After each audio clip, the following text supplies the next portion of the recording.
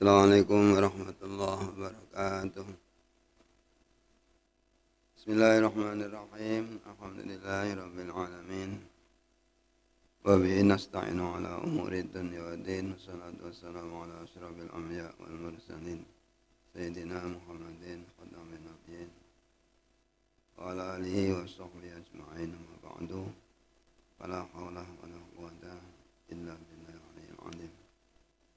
Bapak Ibu hadirin hadirat jamaah salat maghrib ing wonten ing Masjid At-Taqwa ingkang dipun rahmati dening Allah taala. Para sesepuh para kiai ingkang kula mulyakaken, monggo kita nambah syukur dhateng Allah biqauli alhamdulillahirabbil alamin. Alhamdulillahirabbil alamin. Alhamdulillahirabbil alamin. Salajengipun niki kula aturaken dawuhipun Syekh Ibnu Athaillah As-Sakandari. Bismillahirrahmanirrahim. La tarfa'anna ila ghairi hajatan wa muridu wa alaika. Aja nglapurne sliramu marang sakliyane Gusti Allah kasus atau kejadian atau kemadharatan atau kefakiran yang Allah datangkan semua itu kepada kamu.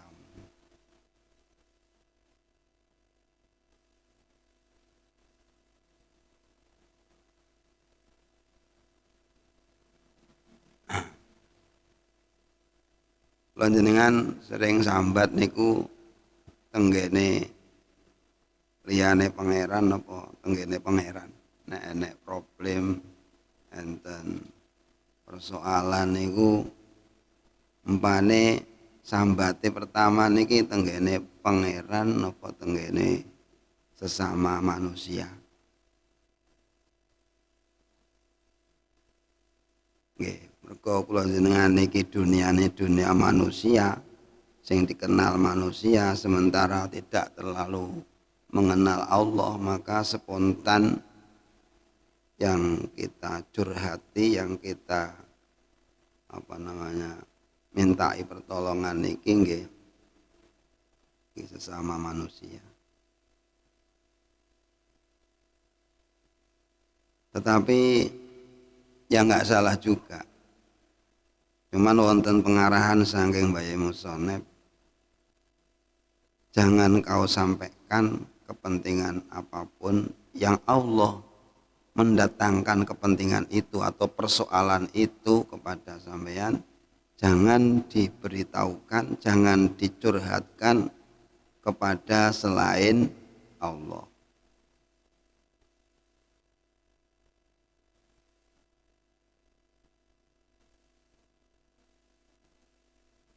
Kita harus paham bahwa yang mendatangkan peristiwa tenggene kita niki, peristiwa niku termasuk nopo pas kondisine gak duwe duit atau mungkin terjerat hutang atau mungkin sakit, wis pokoke kasus-kasus atau problem-problem yang kulino dialami oleh kita ini ini yang mendatangkan adalah Allah. Maka mestinya yang dimintain supaya itu dihilangkan tentu yang mendatangkan. Tentu yang mendatangkan iniku Allah Subhanahu wa taala. Hatinya kita arahkan ke sana, tetapi proses syariatnya kita juga tentu berhubungan dengan sesama manusia. Niku jenenge yo hakikat yo syariat. Cara ban ngoten ban dobel. Sakniki ban napa aran tubles, kayak ban jerone ya mbuh. Akhire sing diandalne ban jaba tok niki nggih tentunya kurang sempurna. Yang sempurna itu ya enek ban jero, enek ban jaba. Ada syariat, ada hakikat. Ada realisasi realita kenyataan, juga ada sambungnya hati ini kepada Sang Pencipta. Ini yang mesti harus kita kendalikan wonten ing manah kula panjenengan sedaya.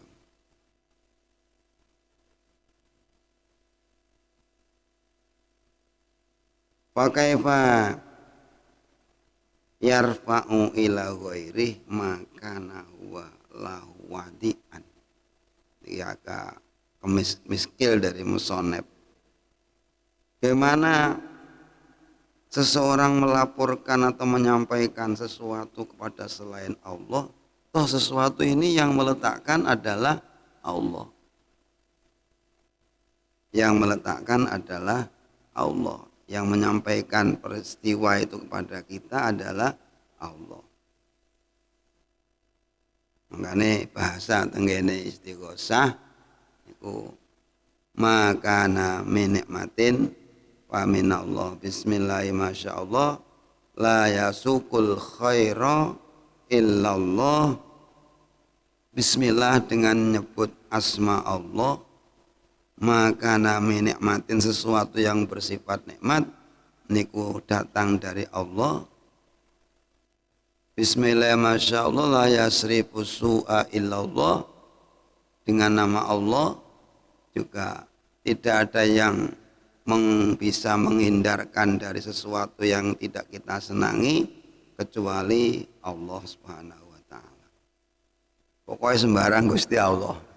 Ini tujuannya kitab niki mengangkat hati kita ini dari ketergantungan kepada sesama makhluk, karena kita yakin makhluk ini semua adalah dhaif. Tidak bisa mengatasi persoalan. Mbok ganti ping presiden ping piro ya nyatane kita tahu sendiri.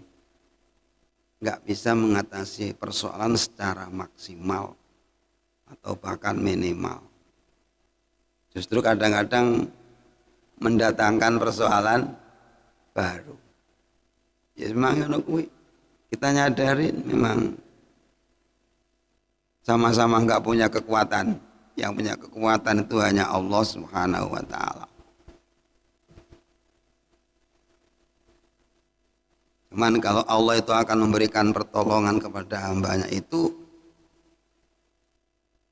dilewatkan di dalam hal masalah pengaturan dunia, pengaturan ekonomi ini kadang-kadang juga dilewatkan tangan-tangan penguasa. Tangan-tangan yang memang dipercaya oleh masyarakat untuk mengatur keadaan itu. Lewat dari situ. Nah, hati kita harus mengatakan bahwa sesuatu yang datang kepada kita yang bersifat rezeki itu kita hanya melihat bahwa itu dari Allah Subhanahu wa taala. Walaupun toto lahire teko sangka menungso. Ngene iki pancen yo ora pati penak ngene. Ora pati penak mergo ketoke sing ngewahi Zaid kok muni sing ngewahi Gusti Allah ngene kan yo ora nyambung asline. Tetapi harus disambungkan. Harus disambungkan. Karena apa? Karena Zaid atau siapapun terusik hatinya untuk menyampaikan sesuatu, memberikan sesuatu, itu nggak bisa hati ini muncul dengan sendirinya tanpa dikontak oleh Allah Subhanahu wa ta'ala. Ya muqallibal qulub sabit qalbi. Karena al-qalbu itu baina asabi'i min asabi'ir rahman. Hati manusia itu digenggam di dalam genggaman sifat kodrat dan iradahnya Allah Subhanahu wa ta'ala. Maka kadang-kadang kita enggak merencana, enggak ngangen-ngangen tukul sret umpamane kudurono sret ada rencana begini, sret mau memberi sesuatu kepada situ. Ini kita enggak bisa mengawali dari mana datangnya, menggambarkan dari mana datangnya kerentek ini. Tahu-tahu ada kerentek seperti itu. Ini harus dipahami bahwa itu adalah, kalau itu baik, adalah merupakan hidayah dari Allah Subhanahu wa Ta'ala. Harus kita pahami bahwa itu adalah petunjuk dari Allah. Kenapa saya kemudian hati saya kok dimunculkan, ditumbuhkan ada semangat ingin ke masjid, nah, atau ingin silaturahim, atau ingin sodako. Makanya ada apa dawuh atau saya lupa itu, pokoknya bahasanya ada kalimat yang sifatnya ketika hati kita itu muncul niat kebaikan, ini segera laksanakan. Takut kalau kemudian terhapus oleh kerentek-kerentek yang lain, sehingga niat yang baik itu akan lenyap, nggak nyampe, nggak kesampaian. Jadi nek duwe kerentek apik kepengin sedekah, yen sedekah. Gak usah ditunggu kungkung ini kadang-kadang ngeliyor niate, atau mungkin suasana sudah berbeda. Itu ini petunjuk. Jadi nek duwe kerentek apik ndang dilakoni, takut ada perubahan situasi. Ya, kadang-kadang wae duwe rencana maca Quran. Wis niat maca Quran tapi engko sik njelalah ngene tamu, njelalah kancane moro, njelalah listrike mati. Gagal. Padahal ketika ada kerentek ingin baca Quran dan kemudian dikerjakan itu juga akan berhasil. Ah, untung aku wis maca Quran. Cara urung gak sida maca soalnya apa? Listrike mati atau soalnya ada tamu dan seterusnya. Nek duwe kerentek apik yang sekiranya itu terjangkau, maksudnya terjangkau itu menurut dawuh itu segera laksanakan, takut hati ini akan berubah posisinya atau suasana situasi berubah yang kita tidak bisa prediksikan. Dalam arti kita nggak usah nunda lah. Nunda itu termasuk taswib. Taswib itu adalah penyakit. Wong arep nglakoni apik wae kok ditunda-tunda.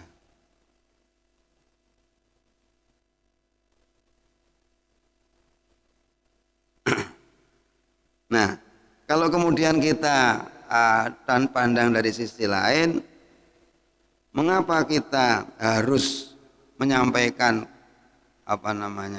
persoalan yang datang pada diri kita itu kepada Allah?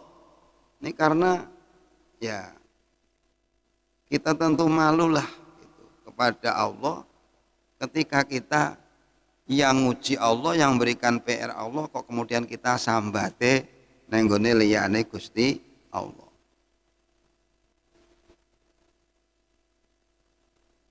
Padahal kita tahu Allah itu maha berbuat baik, maha ihsan, maha berbuat baik. Yang kita rasakan mulai awal hidup itu yang datang kepada kita itu awal-awalnya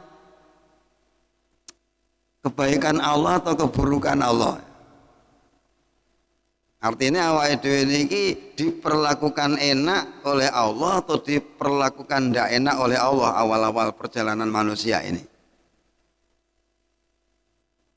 Kalau ya yang jelas kita diawali dengan kebaikan-kebaikan Allah, mulai dari wujud kita lahir, summas sabila yasaroh, dipermudah oleh Allah. Saking sok-sok operasi kan mergo kakean mangan, mbok ya akhirnya bayine nggak stabil, kuwedi ngungkuli adahe akhirnya arep metu ora sedeng. Itu kan teknis.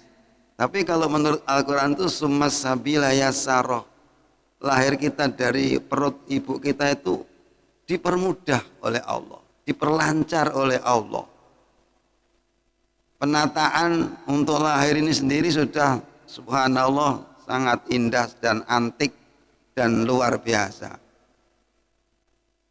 Posisi bayi ketika di kandungan gimana, mau lahir gimana, ini kan mosok bayi nduwe arah-arah dhewe. Ya enggak. Ada yang menata. ada yang menata sehingga keluarnya itu sesuai dengan cara yang lebih mudah. Andai kata diwalik sikile metu dhisik kan wis bingung. Tapi alhamdulillah dari awal proses manusia lahir ini sudah ada kemudahan ihsan dari Allah Subhanahu wa ta'ala. Jadi dulu ihsannya al-mubtadi' bil ihsan. Allah itu mengawali berbuat baik kepada manusia. Mengawali berbuat baik kepada manusia, tidak mengawali berbuat yang tidak enak untuk manusia. Nah, untuk konsumsinya anak-anak atau kita dulu bagaimana? Ya Allah permudah juga. Ditumbuhkan dalam tubuh ibu kita ASI yang luar biasa dengan penataan organ tubuh anatomi seseorang ibu yang situ sudah ada kesiapan bagaimana untuk memproses air susu dan mengirim ke apa ngarani susu sing ndi to jane aku bingung aku. Pak, susu sing ndi? Sing mentol kuwi apa sing metu kuwi ajane? Kawan ngarani susu sing ndi? Lah sing bedodok kuwi apa? Sing bedodok ki apa jenenge? Ya mbah. Lah nek airnya diarani air susu terus pabrike sing nek dodo kuwi lek ngarani apa? Gak iso ya. Kok ibu-ibu lek ngarani apa ki? Payudara rak bahasa Indonesia. Ya ngono kuwi.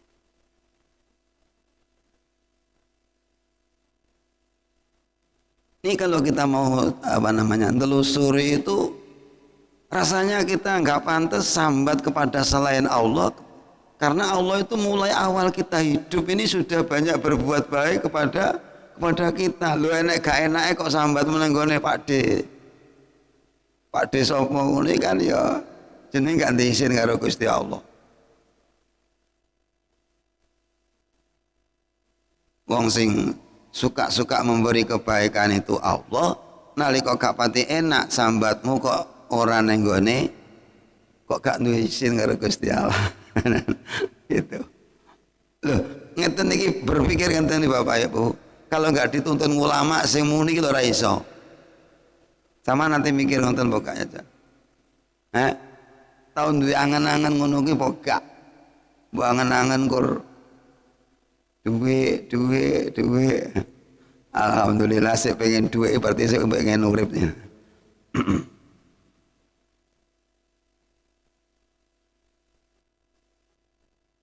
Di Allah itu al-mubti. Al-mubti itu sing ngawiti kadek bil ihsan dengan perbuatan baiknya Allah, dengan kebaikan-kebaikan Allah Subhanahu wa ta'ala yang tidak pernah berhenti dicurahkan datang kula panjenengan sedaya.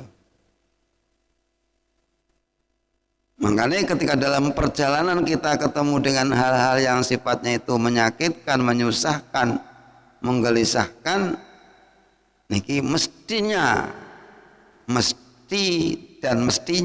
kita harus curhatnya ini datang Allah Subhanahu wa ta'ala. Biar jadi hamba yang benih, ngerti sing gawe apik Gusti Allah, ngerti sing nekakne apik Gusti Allah, ngerti sing nekakne gak enak ya Gusti Allah, ngerti sing iso ngilangne gak kepenakan ngoten niku wau nggih Allah Subhanahu wa ta'ala.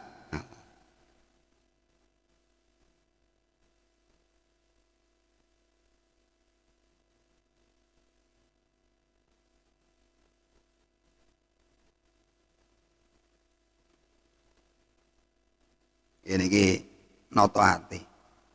Neng cara ndohir tetap ada interaksi, komunikasi hablun minan nas. Kanjeng Nabi sendiri nggih tahu golek utangan karo wong Yahudi. Ya gak langsung ya Allah kula mboten kathah duit ya enggak. Itu menghilangkan hikmah. Walaupun kanjeng Nabi kalau minta itu bisa aja Allah kemudian layani, tetapi memang mensyariatkan. Jadi kalau semua itu mandi-mandian donga niku nanti ndak ada hikmah. Hikmah ini enggak berarti begitu maksudnya.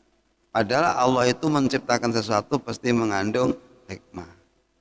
Artinya ngeten, wong mandi-mandi niku ndonga ya Allah, kula luwih nyuwun sega, moro-moro enek sega. Ya iso asline, tapi ngono ki nek terus-terus ngono itu menghilangkan hikmah.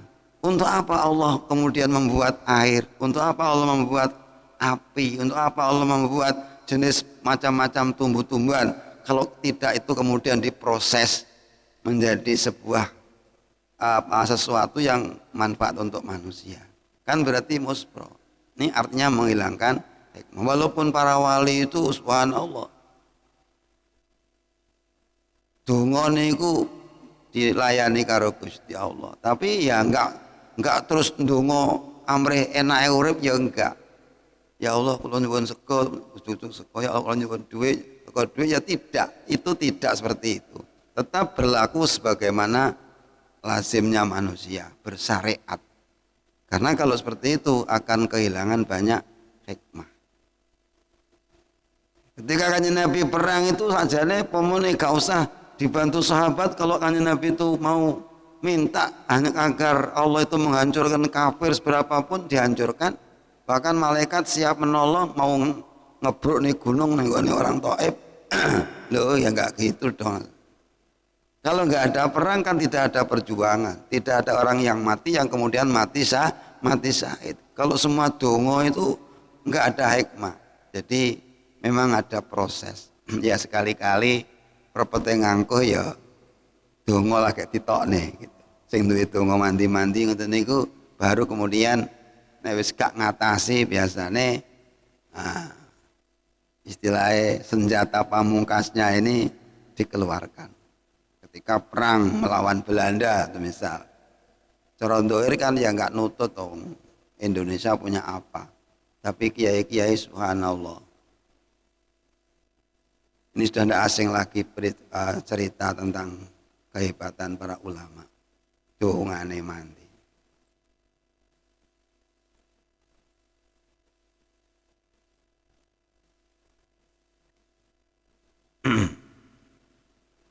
Sehingga ada sering saya sampaikan barangkali sudah tuh bahaya yang nah ini mertuanya anak saya itu pernah mengantarkan Mbah Yai Adlan Ali. Nah di tengah jalan bensinnya habis, memang benar-benar habis dan tidak ada orang jual bensin. Gimana ini padahal mau ngaji di sana. Sopirnya itu namanya Pak Karim, itu orang Jombang. Akhirnya Mbah Yai ini buka tutupe bensin bukaan, terus karo Mbah Yai di let-leti minyak angin. Terus di starter muni iki tapi engko pokoke teko nggon ya. Jatahe teko nggon tok. Teko omah maksud teko daleme Mbah Yai. Nggih ngarep pas niku. Cukir niku. Lah ngoten niku Mbah Yai medun niku lho di status gak kena. Mbah Yai medun niku di status gak enek bensine. Nanti ya terpaksa ditukokne niku wis enek bensin. Bensin ajaib. Ngono ki cara utek nompone angel apa gampang? Kejadian sing sifatnya rasional. Muni cara utek alas omong kosong hok kuwi. Nah, inilah tantangan ketika kita berhadapan sesuatu yang tidak rasional tetapi ternyata itu ada. Ini membuktikan yang namanya karomah. Kalau itu keluar dari orang-orang yang dinilai orang-orang yang baik atau ahli ibadah. Rasanya enggak mungkin. Rasanya enggak mungkin. Dan itu tidak 1, 2, 3 peristiwa itu. Banyak peristiwa yang memang menunjukkan betapa Allah Maha Bisa dan Maha Kuasa.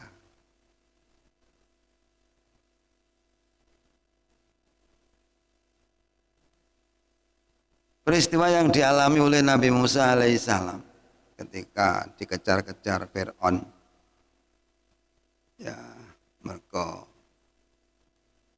tercium dan sudah didengar oleh pihak istana bahwa kemarin ada pembunuhan, itu yang membunuh adalah Nabi Musa dengan tidak sengaja, tapi Allah mentakdirkan orang itu mati karena dikeplak karo Nabi Musa. Goro-goro Bani Israel, orang Israel niki santri Nabi Musa, niku tukaran karo orang Kipti. Kipti itu bangsa Mesir, rakyat daripada Fir'aun. Maka Israel ini diperkosa oleh Kipti supaya membawakan sepikul kayu bakar, dipaksa, diperkosa. Maka memang Israel itu waktu di Mesir itu dianggap sebagai budak, sementara yang berkuasa di situ adalah etnis Kiptiah, sebangsa orang bangsa Kipti itu yang rajanya Fir'aun. Ya, ketika tahu bahwa dia itu didolimi, kemudian sambat Nabi Musa melerai, akhirnya si Kipti ngamuk-ngamuk, ditempelin karo Nabi Musa, mati. Mati, gak urusan. Nah, Israel ini, Israiliyah artinya orang-orang yang bangsa Israeli bahasanya. Itu ketemu lagi Nabi Musa, yo tukaran neh karo Kipti yang lain. Nah, ketika Nabi Musa mau menempeleng Kipti, karena sebelumnya itu kelihatannya Musa itu marah-marah sama Israel. Nah, Israel ini kemudian mengatakan, masa sampean akan membunuh saya seperti membunuh orang yang kemarin. Lah ini konco ki nek goblok ya ngene iki. Artinya menjadi bumerang. Oh, ternyata yang mati kemarin itu yang bunuh Musa. Karena apa? Israel mengatakan, "Hai Musa, kalau begitu kamu tidak akan berbuat baik di dunia ini, bahkan akan membunuh saya seperti kemarin membunuh orang itu, orang Kipti." Nah, itu kan berarti ada pengakuan dari Israel bahwa yang membunuh itu adalah, makanya jadi duwe kanca ki nek goblok iki jan iso dadi masalah yang kedua. Ini konco, tapi akhirnya Nabi Musa akan dikejar oleh orang-orang Fir'aun, mau dibunuh. Lari dia. Nah, masuk kota Madian. Ilalah nek kono pedhok niku orang-orang Angon sing kelompok kambingnya itu banyak, sementara orang perempuan 2 ini ternyata putra Nabi Syuaib itu nggak bisa nginumin karena harus antri. Akhirnya diangkatkan atau dicarikan sumur lain oleh Nabi Musa, dan ketika itu Musa dalam kondisi lemah, maka yang diminta tolong siapa? Allah. Rabbi inni lima anzalta ilayya min khairin fakir. Yang ditolong 2 perempuan, tapi yang dimintain pertolongan Nabi Musa adalah Allah. Rabbi inni lima anzalta ilayya min khairin fakir. Ya Allah, saya membutuhkan kebaikan kamu ya Allah, bahasa mudahnya. Saya membutuhkan kebaikan kamu ya Allah. Nah, ternyata akhirnya Nabi Musa dipek mantu karena Nabi Syuaib. Alhamdulillah. Yang ditolong siapa? 2 perempuan. Yang dimintai tolong Nabi Musa siapa?